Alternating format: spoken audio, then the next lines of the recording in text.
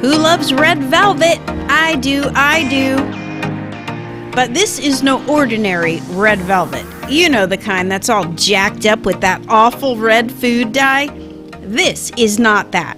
Today I have for you a new recipe for red velvet cookies that are all natural and red dye free. Of course they are vegan, and of course they are delicious.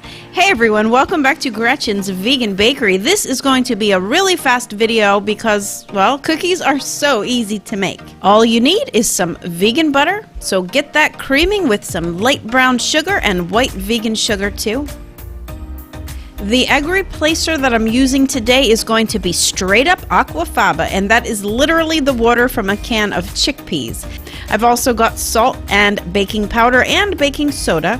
The natural color for these cookies is going to be just a small amount of beetroot powder and of course flour. Oh yeah, and don't forget the vanilla extract too. I'm adding these vegan white chocolate chips. If you can find them, it is a real score. Vegan ingredients are really becoming way more available now, so I bet you can find all of these ingredients with no problems. But as usual, I do link to everything that you will need in the box below this video. So, alright, add the vanilla extract to that creaming mixture, and then slowly add in the aquafaba. Give it a good scraping down once it's all incorporated, and then I like to get that speed up to high and whip it for like 20 seconds. I find that this emulsifies the aquafaba and makes the mixture way more stable. And now you can add all the dry ingredients.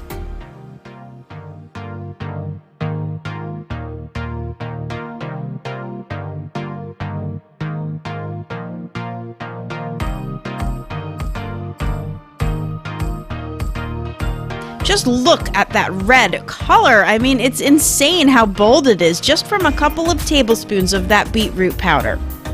Alright, last you're going to add in those vegan white chocolate chips, and I will admit these chips are really kind of sweet for my liking. I was never a real big fan of white chocolate anyway, so in retrospect I am thinking just adding a few to the tops of each cookie may be a better option for me rather than dumping a whole cup inside the dough.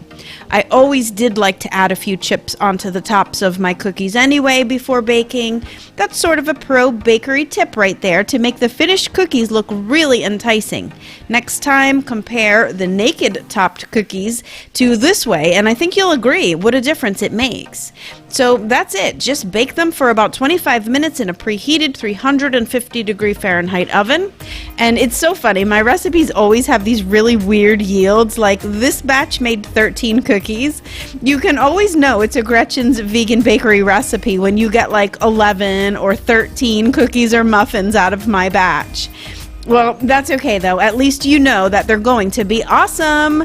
And as usual, the in-depth written instructions are on my website at gretchensveganbakery.com, so be sure to head over there to grab the recipe and so much more information about baking in general.